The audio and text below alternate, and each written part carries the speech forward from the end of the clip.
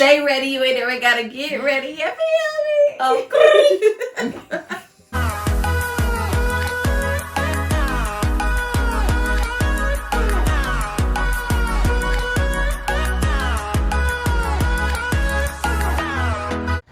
What's up, beautiful people? It's your girl Shakera, and we're back at it with another video here on my YouTube channel. If you are new here, welcome, welcome, welcome. I'm so happy to have you, and I would love for you to join the family by going ahead and subscribe to this channel, like this video, and hit that notification bell because you don't want to miss a video. Okay? And all of my current family members, thank you so much for sticking with your girl. I love y'all. I appreciate y'all. And y'all, big things popping still in 2020, okay?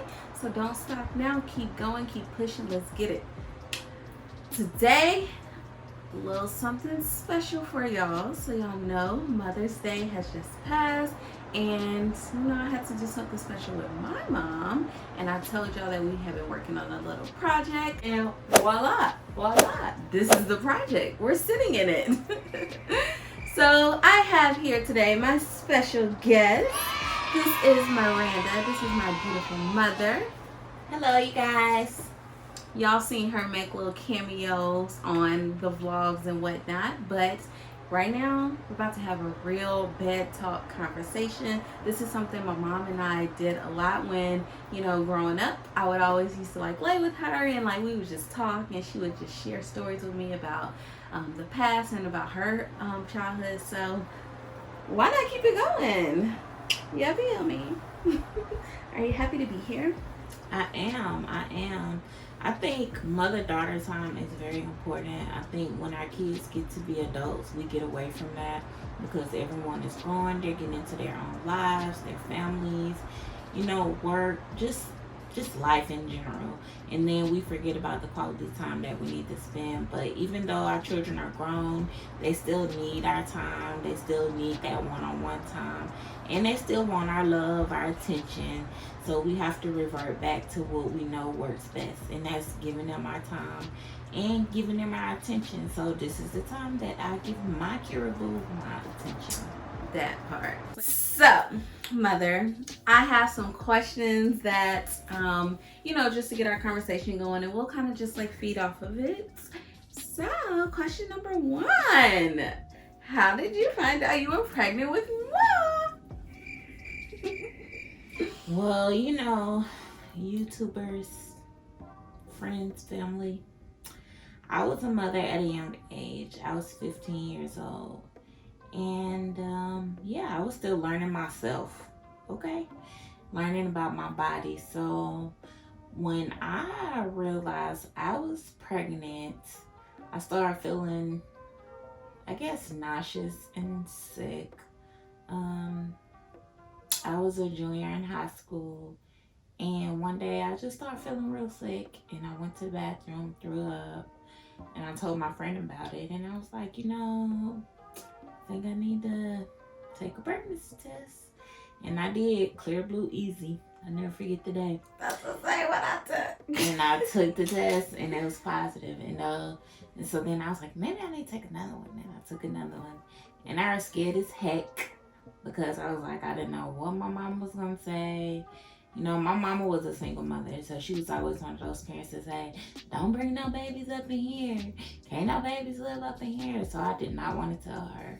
But in any case, it was one of the greatest moments of my life. I was very excited. Yeah, so, like, how did you feel at that moment? Like, I'm sure, like, at that moment you weren't, like, excited about it. I know, like, you say you were afraid to tell mama, but, like, how did it make you feel like? I was afraid to tell her, but honestly, I was excited at the same time because in my younger years, even though I'm outspoken now as an adult, in my younger years, I suffered from depression, even though I didn't understand what depression was. And as a teenager, now that I'm an adult, I can look back and understand what I was experiencing and going through, because I was very emotionally disturbed. I was very severely depressed. And when I got pregnant with you, it was one of the happiest moments of my life because I felt like I have someone growing on the inside of me, and I would talk to you every day like you was right in front of me. And I was like, finally, I have somebody that's going to love me for me, that I can love, who would love me back. And then it was just like, it was like a happy moment, but it was like, I felt like it saved my life. Because I was going through depression, and it was a time when I was suicidal. I felt like I wanted to die. I wanted to kill myself because I was very unhappy. But when I got pregnant, I was like, oh my God, now I have something to live for, somebody to live for, someone who's going to count on me and depend on me. And so even though I was going through a sad moment, it was a happy time. And so I had to come to grips with, now I'm going to have somebody that's going to count on me and depend on me. But I still had the ultimate decision to make. I had to tell my mama. Right. And that was hard because, oh Lord, my mama, when I told my mama, she was, I'm not taking care of no baby. You gonna have to stop going to school. You gotta get a job. You gotta take care of your own baby. And y'all, I did. I stopped going to school my junior year in high school, and my plans changed. And I was okay with it because my plan was, I did 3 years of ROTC, and my plan was to graduate from JROTC and go to the Army. But when I got pregnant, I had to quit school. I got a job. My first job was at Sonic Drive-In Restaurant. I remember you telling me that. At Sonic Drive-In Restaurant. And in Marietta. Skates, right? Yep, I used to skate in Marietta on Kyle Parkway by the Big Chicken. And we used to skate to take the people their food. That was my very first job. And I worked there. I had a stomach. I was showing I was pregnant, but I worked. I saved my money. And then my second job was Checkers on South Cobb and Windy Hill. And at the time, we was living in Hickory Lake Apartments, which is no longer there. Living in Hickory Lake Apartments. Yep. And my mom, she wasn't trying to pay for no babysitting, and she wasn't paying for anything. But I still did what I had to do as a mom. Right. And I found a babysitter, I worked, and eventually I ended up going back to school to get my GED. And then I started going to Chattahoochee Tech to get a technical degree, my associate's degree. I went for a year, and I had to stop again. Early on, you had that grit. Like, you really were doing it. Like, at one point, I had like 2 jobs. Then at another time, I had 3 jobs. I was just working because I was like, I didn't have no help. And this is all while you're pregnant? Yeah. Oh, the crazy part though was, like, Keith, which is your dad, he was really sweet, but he was older than me. And I was gonna ask you too, like, about that, like, when you found out, like, how did you tell him, like Keith was older than me. I was 15, and I want to say Keith was like in his 20s. So the first thing my mama hollered was statutory rape, and I'm like, he didn't rape me. Like, I was a willing participant. I was going to his house. When my mom was going to work, me and my sister was sneaking and creeping to his house in Crescent Square on Austell Road. So we was going over there, and I told him I was pregnant, and he was like, he was going to be there. And I was like, okay. But then when I told my mama, she started hollering about calling the police and all that. And any young black man going to be scared. So really, like, she scared him off from my life. She did scare him off. And his mama came to our house, and it was awesome though. We had a conversation, and they was like, at first they was like, well, we don't even know if that's his baby. And I was like, you know, I wasn't the type of person. I hung out with a lot of guys because I didn't really like hanging out with girls because it was always drama. So I hung out with a lot of guys because I was more like a tomboy, but I was still a girly girl. And he was there when I went in labor and had you. He was at the hospital. He was in the emergency room when I had you. My mama and Joyce was in the room with me as I was going in labor for the delivery. Both of them was in there. So they was active. And then after I had you used to go over their house every weekend. And I can remember that, like, as a child, you know, going to my dad's Todd, when they lived on Six Flags Drive, and then I don't really remember too much like before that. Is that the first place like they stayed that I went to? Like that's the only place I kind of remember like going to as a child. Yeah, that's the first place you used to go to when they stayed on Six Flags Drive. Because at first I didn't want you to go over there because he had a lot of stuff going on. But he would still call and check on you. And then, mama, she was just on some other stuff. So it was a challenge that we went through. And it scared him off. But he was trying to get himself together. And then he was already a dad, but he didn't know how to be a dad. So, they had some issues they had to work through. But nevertheless, you know what they say, mama's baby, papa's maybe, because your mama always going to be stuck making sure you are right, even if the daddy ain't around. No matter That's what. the whole saying right there. Yes. But I still had to do what I had to do to make sure everything was all right. So. And you definitely did. Like working 3 jobs, being pregnant, like I can only imagine like during pregnancy, you're exhausted, you're tired, your body's changing, you're going through so many different things, you're having doctor's appointments, and for you to be able to do all of that.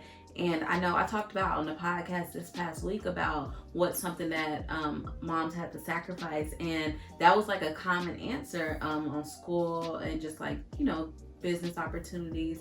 And it's interesting, it's always the mother has to sacrifice like more than the father. And like you said, that saying makes so much sense. And it's like, we carry the baby and everything. And you did touch on the other points that is super important too, like your mental health. Like with May being mental health awareness, I think like it's important for a lot of women to know that it's okay that if you're going through certain things or like you're feeling like you're depressed or having anxiety, like to seek help, because I think like that's not really talked about in our communities, and a lot of people like shy away from that because they don't want to be looked at as the crazy person or you got these issues. But in reality, we all got some type of issues going on, and I just want you guys to know, like, don't be afraid to seek help. Don't be afraid to build communities and get the support that you need, because being a mom, period, at any age is just like a life-changing moment, and you need true support around you, so support is important. I mean, there are a lot of moms who go through the struggle, but don't be mistaken. There are some dads who step up to the plate and rise to the occasion. There are some single fathers out there. There are actually moms who walk out on their children every single day, just like dads do. So hands up to the dads. Yes, there are some strong fathers out there that I wish I could clone to, be that presence that these children need. That's just like Sincere. Sincere have a great dad. My son-in-law, he's a great father, and I couldn't ask for a better son-in-law. So it's some men out here that I wish I could clone to just show what a good example of a father looks like.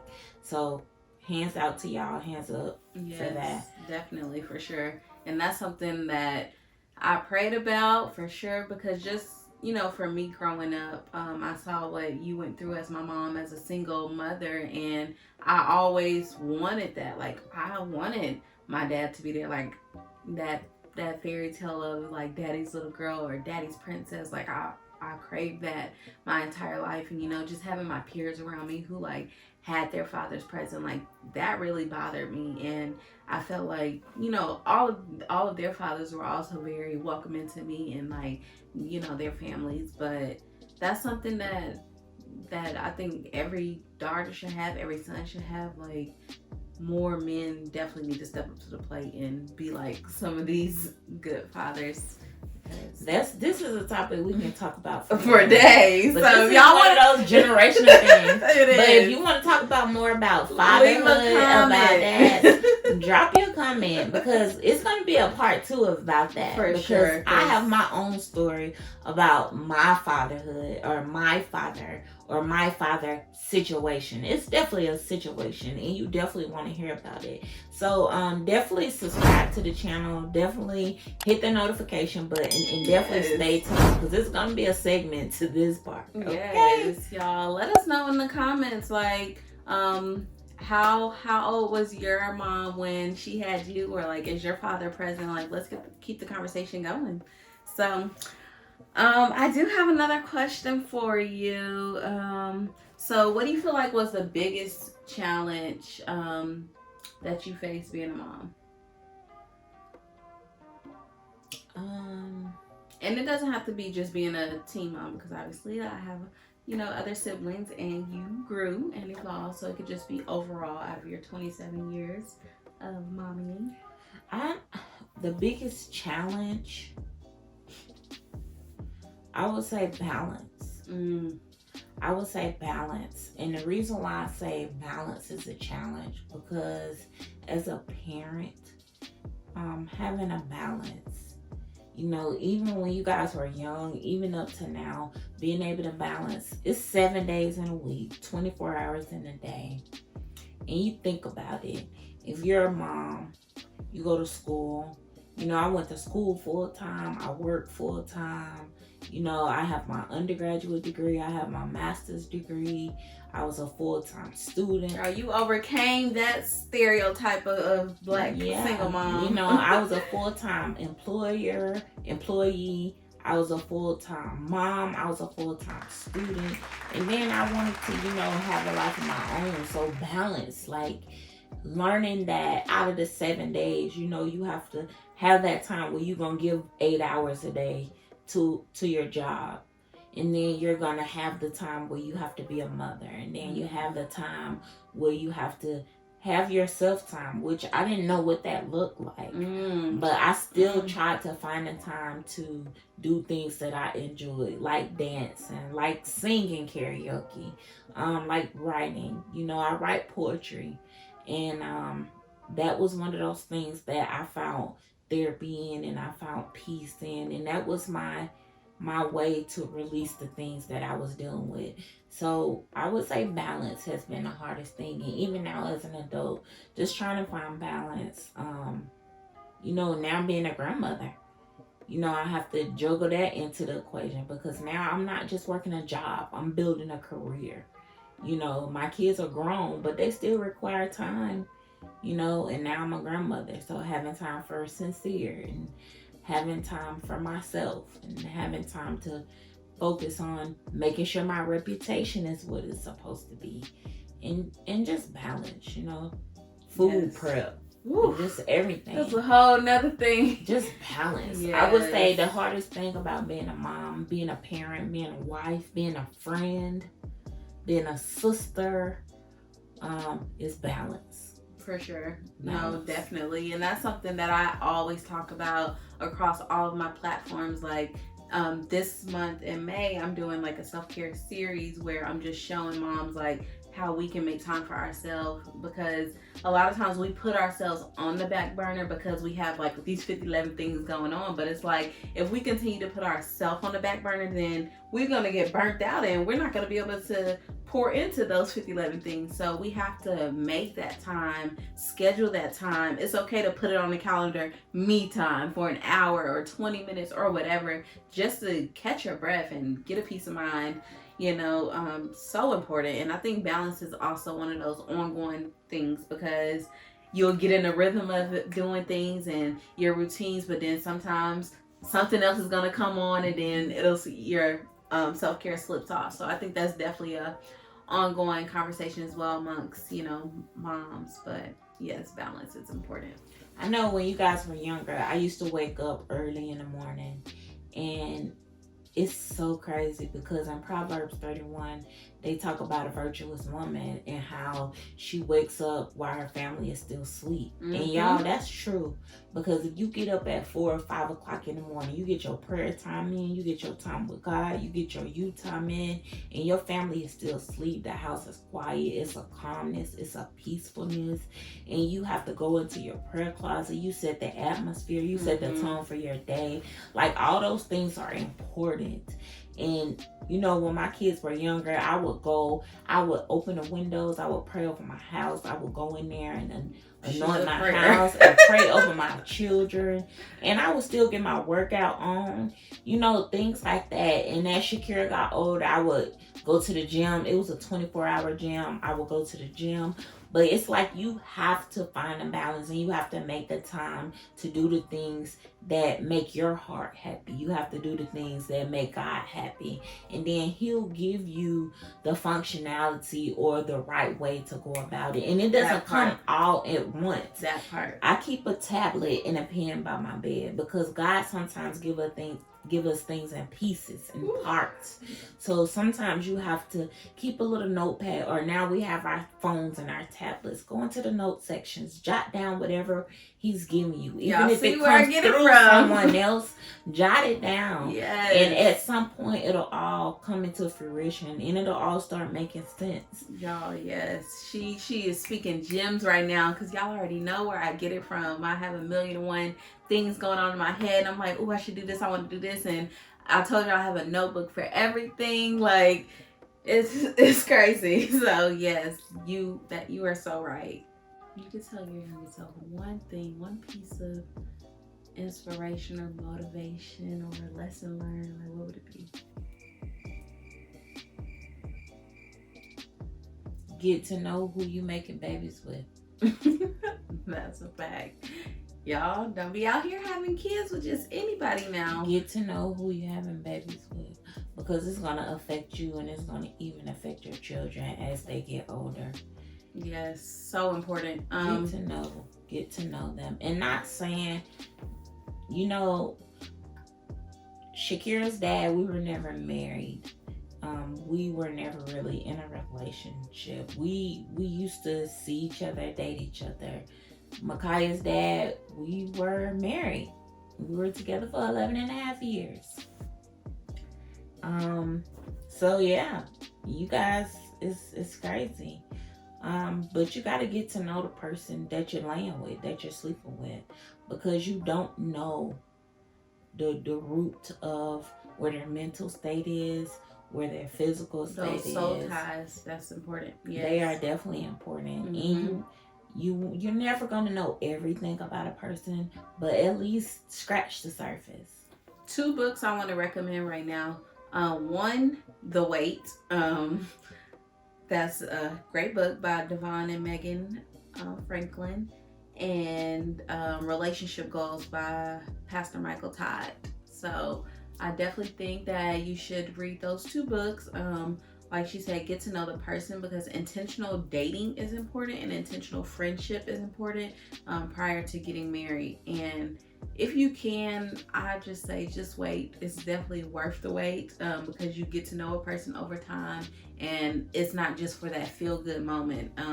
Because even sometimes you can get into a relationship and then you're like still trying to get to know that person, and you're trying to play like catch up because y'all didn't take enough time to intentionally build that friendship or intentionally date. And then it's like, I'm not even sure if you are the person that I thought you were. And that's super important. So just make sure you first value yourself and understand who you are, number one, and then intentionally build that friendship and date that person. That's important. Yeah, sound like some good reads. Yes, for Gotta catch those myself. Yes. Any more questions that you have for me? You guys have any questions for me? Drop them in the comment section, and we'll answer each one. Yeah, like if you guys have any topics that you want us to discuss or reference, please leave them in the comment section below. We would love to keep this going, something like a series situation, and just help as many women that we can, and encourage you to build that bond with your mom. Not everyone can talk to their mom freely about things, and that's one thing that I appreciate about my mom. And if you haven't already, subscribe to the Faith Podcast. I'll put that in the description box below. But I did a episode on Mother's Day weekend called Dear Mama, and just some principles that she really instilled in me, and y'all would definitely love that. But something that I just value about my mom is like she told y'all earlier, she used to talk to me from when I was in her stomach to when I was born, and like that continued throughout my life. And she's always had that open line of communication. Like she always made sure that I understand, like there's nothing that I can't talk to her about. And I appreciate that, because there's a lot of people that I know who were afraid to tell their mom certain things, or didn't know the answers to questions that they shouldn't know the answers to, or finding out through worldly things or from people who they should not have. So thank you, Mother. I greatly appreciate that. And just, yeah, I love to just have conversations with you. I'm glad you do.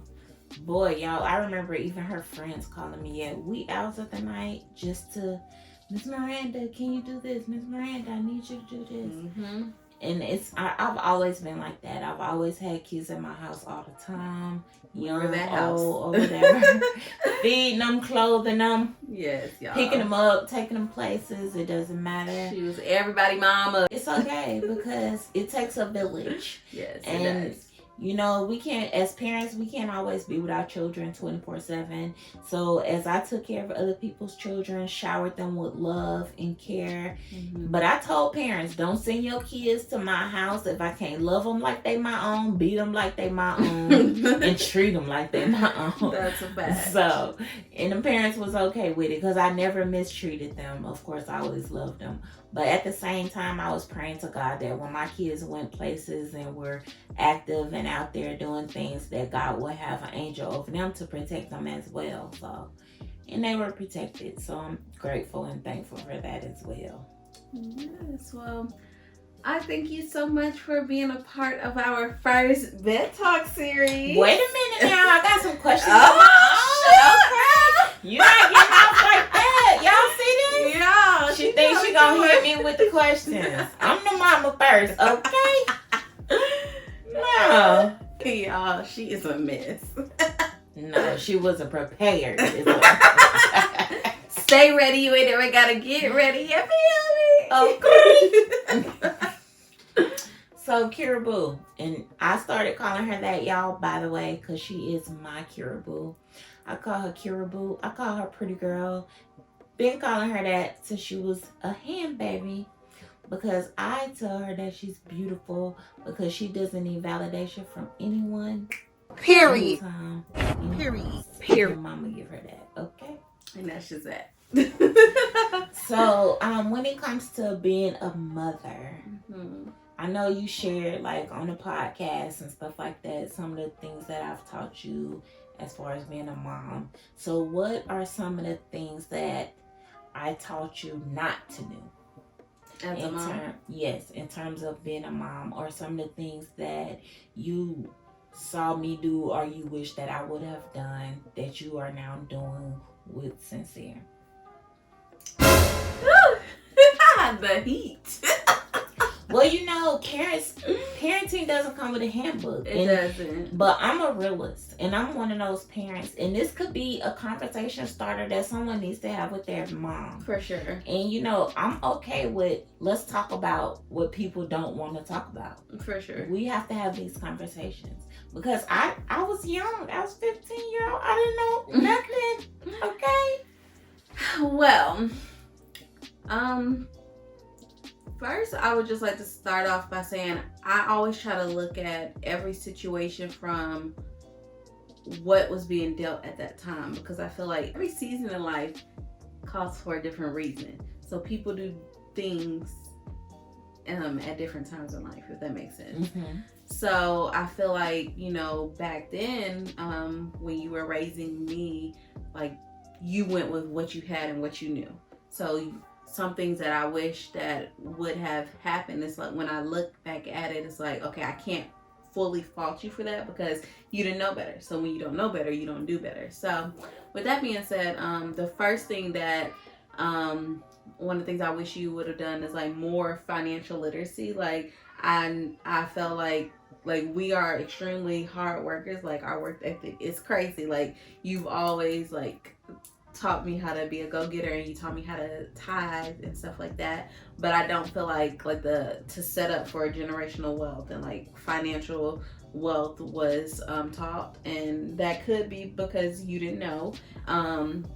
So I feel like that's something that I'm learning and trying to build for Sincere, so that he doesn't have to like be starting from scratch like I did. Because like credit scores, that's super important for me. Like I don't play about my credit scores, like debt. Like She don't, y'all. She teaching me, okay? She right. I didn't teach her that. She teaching me. Like debt, that I'm afraid of debt. Like that gives me fears, because I don't ever want to be in debt and like not be able to get out of it, or have to resort to something else. So like just making sure that I'm responsible when it comes to like credit cards and things like that. So that's something I do wish that I could have learned earlier on. But like I said, different time periods calls for different reasons. What else? He said something that you wish I would have done that I didn't do. Like for example, like for me growing up, my mom, she didn't hug us and kiss us growing up. My mom didn't start doing that until I was an adult. But I said, when I have my kids, I'm going to hug on them. I'm going to kiss on them. I'm going to tell them I love them all the time. So that's one of the things me and my kids do all the time. When we talk to each other, we always say, I love you. When we see each other, we always give each other hugs. Like, that's one of the things I always said I was going to do. You wish you would have did, yeah. So when I had my kids, that's one of the things that I did, or that I still do, that my mom didn't do. Because you never know. You walk out that door today, you'll never know what happened. Like Columbine happened, like 9/11 happened. Yeah. Those parents didn't know when they sent their kids to school that morning that they wasn't gonna see their kids again. And like sad things like that happen, and you just don't know. And we don't want bad things to happen, but I don't want my daughter's last words or last thought of our conversation to be an argument. And that's why the words say you shouldn't go to bed mad with your spouse, because you have to fix it and you have to make everything right. So it's just things that line up with what I was taught and what I did know. So yeah. Thankfully there's not like a lot of things that I wish, but like I said, that's one. The second thing is probably you have a tendency to ignore us, and that could be like a balance thing. I feel like also maybe you had a lot going on, but sometimes I don't feel like I was heard, or like you didn't value my opinion based off of situations that we were going through in life, or people that were in our life. And I felt like back then it was like, oh, kids need to stay in a child's place type of thing. And it's like, well, kids have feelings too, and that's something that I really consider like, well, Sincere is feeling some kind of way, or he's crying for a reason, because it's something that we're doing. Like, we have to train them, we have to tend to their emotions, and understand what's the root of it, you know what I mean? So I do feel like certain things that I kind of expressed to you, and like maybe you heard me and like kind of just put it in your back ear back here, but like I do wish that some things you would have heard me out more, I guess. So I felt like I could have had a voice. So that is one thing like I'm raising Sincere to do. Like, tell me when I'm wrong, because mommy's gonna be wrong sometimes. Or if I hurt your feelings, like let me know. Or if somebody is not right around you or doing something to you, like I want him to be able to definitely share his emotions with me when it comes to that. Right. And that's good. That's good. Yeah. Good. Look at there. Okay. Let's see. So if you could change one thing about yourself, what would it be? About myself? If I could change one thing about myself, would be my brokenness. Because I feel like I have broken pieces in me from my childhood, and just from my father not being there. So I have a tendency to shut down when it comes to just certain relationships, and expressing myself or being vulnerable because I don't want to feel let down, or I don't like when people leave my life or like exit. So I feel like that's something that maybe that's an attachment issue too. Those are called abandonment issues, guys. Yeah. And I suffer from those same issues. Those are called abandonment issues. And you know what? That's just one of those things that we deal with. And we're seeing someone for that. And it's okay. It's okay, guys. We're here for you. And get you a therapist. When you feel demanding, just send us a message, okay? So yeah. But I think that's good. That's good. Yeah, and I feel like that comes from a lot of like what the way a lot of my other character traits are. You know, with Shakera asked me the other day, like, do I feel like I'm controlling? And I told him, yeah, in some ways. And I feel like if I can control my situation, then I don't have to be upset when something doesn't happen the way that I wanted it to. Or I won't be upset if someone don't fulfill the promises that they made to me, because I can control what happens around my life. Like, I've been working since I was 14, so anything I wanted, like, I went and got it. Like, if somebody tells me that they're gonna get something for me or do something for me, like, I don't really like bank on that, because it's like, right, I don't want to be let down or disappointed. Right. I taught her so that. I control like what's in my control. Right. Or like if somebody makes plans and they don't follow through with the plans, like, well, I make the plans so that I did that one time. That's shade. Not just you. Shade in the shade room, y'all. I need some glasses. Yeah, I gotta do that. That's shade. Okay. Y'all, she got these deep questions. And there you have it. That is it for Bed Talks with Mommy. Make sure you subscribe to the channel if you haven't already. Thank you guys so much for tuning in today. I hope that you have enjoyed this message and that you have gotten something from it. And don't forget that it's okay if you're feeling depressed, lonely, having high anxiety, overwhelmed, frustrated. Seek help. Reach out to me if you need to. Follow me over on Instagram at Life is So Sincere. You can shoot me a DM. But know that you have a support system from us, and we're here for you. And we love each and every one of you, and we thank you for your continued support. Until next time, bye.